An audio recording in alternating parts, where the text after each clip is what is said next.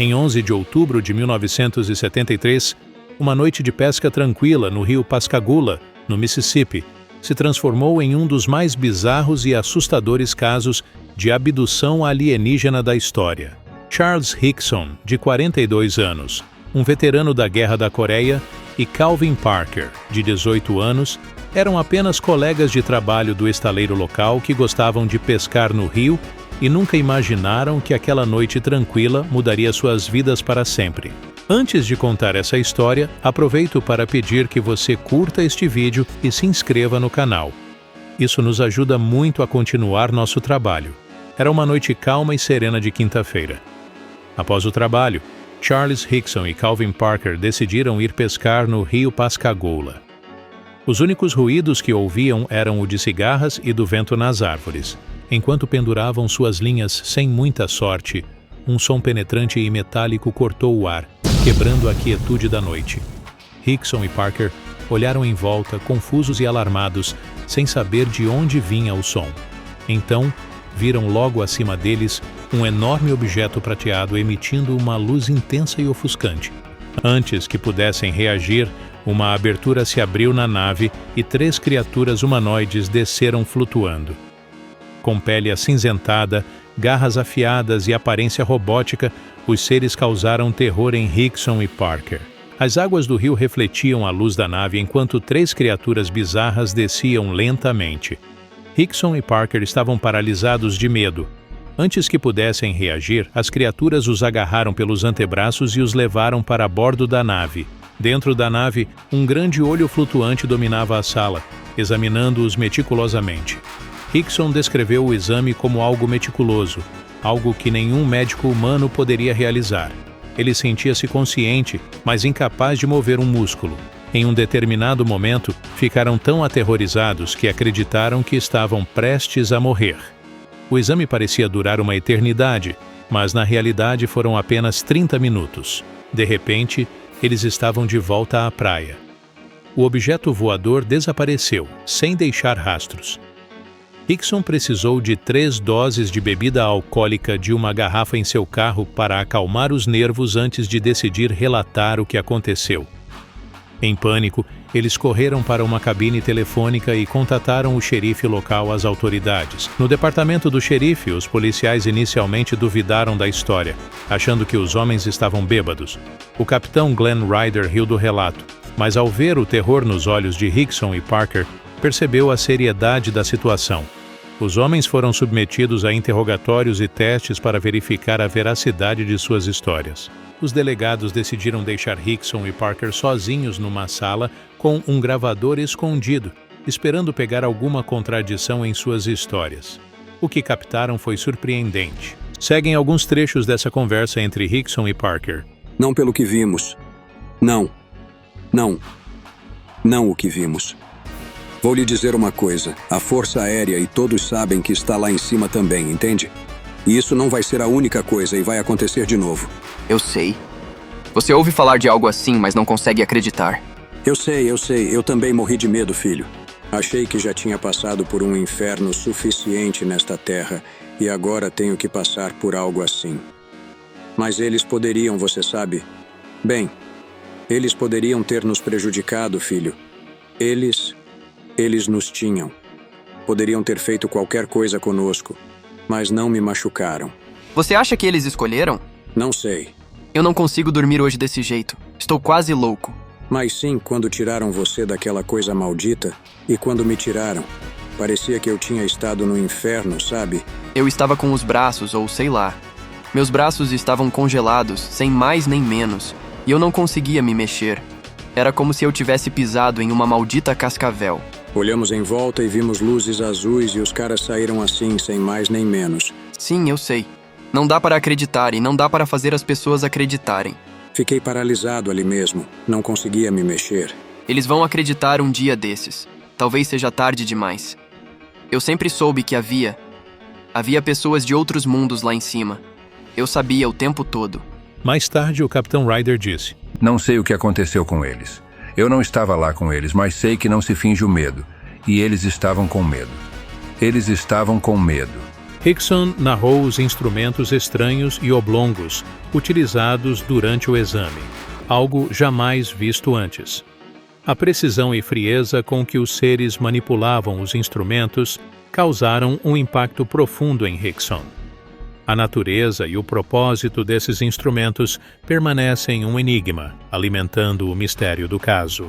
Na tarde seguinte, a história foi publicada nas primeiras páginas dos jornais de Pascagoula e Gulfport. Da noite para o dia, Pascagoula se tornou um imã para repórteres e investigadores de OVNIs.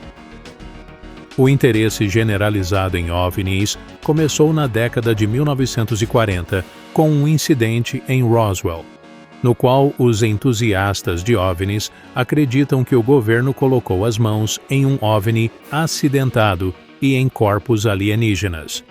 O governo passou décadas negando o fato.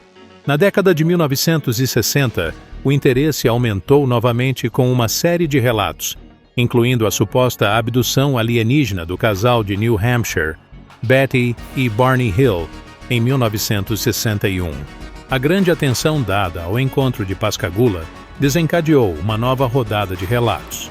No sul do Mississippi, centenas de relatos sobrecarregaram as autoridades nas 2 semanas após o encontro com Hickson Parker. Em 1993, Calvin Parker foi submetido a uma sessão de regressão hipnótica de 90 minutos com o renomado ufólogo Bud Hopkins. A sessão revelou que o incidente de Pascagoula foi apenas uma parte de uma série de encontros alienígenas que Parker vivenciou desde a infância. Sob hipnose, ele descreveu interações violentas com os seres e cenas enigmáticas a bordo da nave. Parker lembrou-se de uma criatura que conduziu os experimentos e que se assemelhava a uma mulher sem rosto. Ele afirmou que a mesma criatura já havia sido notada por ele quando tinha 9 e 12 anos de idade. A criatura parecia estar à procura de algo no nariz dele, causando-lhe dor extrema.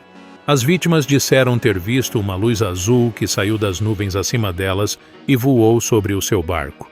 Parker descreveu o objeto como uma forma semelhante a um campo e, segundo ele, começou subitamente a flutuar sobre a água perto do barco.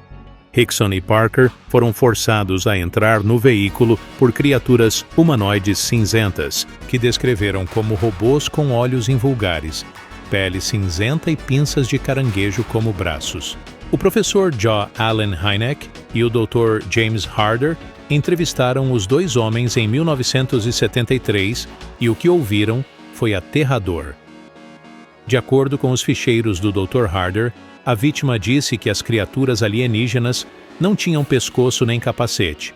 As suas mãos eram como caranguejos e as suas bocas eram como fendas. Após o incidente de Pascagoula, a polícia local e as agências federais foram rápidas em investigar as alegações feitas por Calvin Parker e Charles Hickson. Os 2 homens foram submetidos a testes de polígrafo para determinar a credibilidade de seus relatos. Os resultados dos testes concluíram que as testemunhas realmente acreditavam ter tido um encontro sobrenatural naquela noite fatídica. 45 anos depois, Maria Blair decidiu compartilhar sua versão da história da abdução de 1973.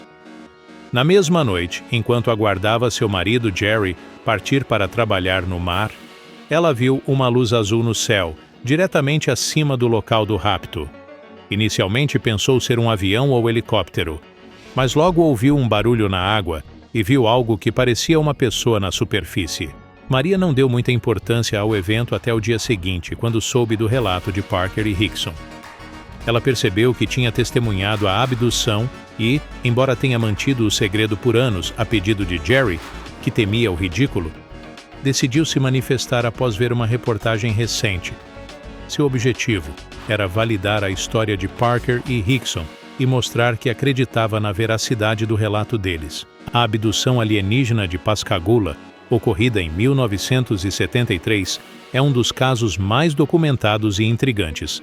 Charles Hickson e Calvin Parker mantiveram a consistência em seus relatos, que foram corroborados por Maria Blair, uma testemunha que viu uma luz azul no céu na mesma noite e percebeu que os homens estavam sendo abduzidos. O exame de polígrafo de Rickson gerou controvérsias. Acusações de conluio entre o advogado e o examinador e a inexperiência do examinador questionaram a validade do teste. Rickson e Parker insistiram na veracidade do relato, e a gravação secreta feita na noite do incidente foi considerada mais relevante que o polígrafo. Há também uma hipótese alternativa de que Rickson pode ter experimentado um estado hipnagógico, explicando suas visões.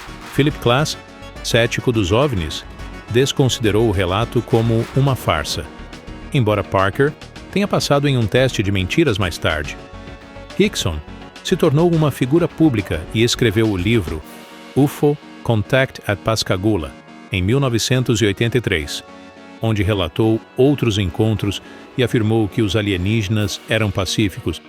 O primeiro episódio da série Arquivos do Inexplicável, da Netflix, foca no caso, detalhando como o evento impactou a vida de Rickson e Parker. Eles podem ter passado por uma experiência semelhante, mas o caminho a seguir foi muito diferente para ambos. Charles Rickson era um homem temente a Deus e não se importava se as pessoas acreditassem em sua história de abdução, afirmando que, mesmo ciente de que poderia ser ridicularizado, achava que as pessoas mereciam saber. Já para Calvin Parker, as coisas foram um pouco mais difíceis. Ele disse que, embora as intrusões de curiosos tenham diminuído ao longo dos anos, nunca desapareceram completamente, afetando sua privacidade. Casou-se em 1973 e aceitou empregos fora do estado para escapar da atenção. O que aconteceu naquela noite ainda é um mistério, mas uma coisa é certa: deixou uma marca profunda nas vidas daqueles dois homens e na comunidade local. A abdução de Pascagoula é um convite para questionarmos o que sabemos sobre o universo e a mantermos a mente aberta à possibilidade de encontros com o desconhecido. Sabemos que esses dois homens viram algo, corroborado por testes e outros testemunhos. Mas o que eles viram? O que você acha? Diga nos comentários. Já passou por algo parecido? Ou conhece alguém que passou por algo assim? Até mais e fique bem.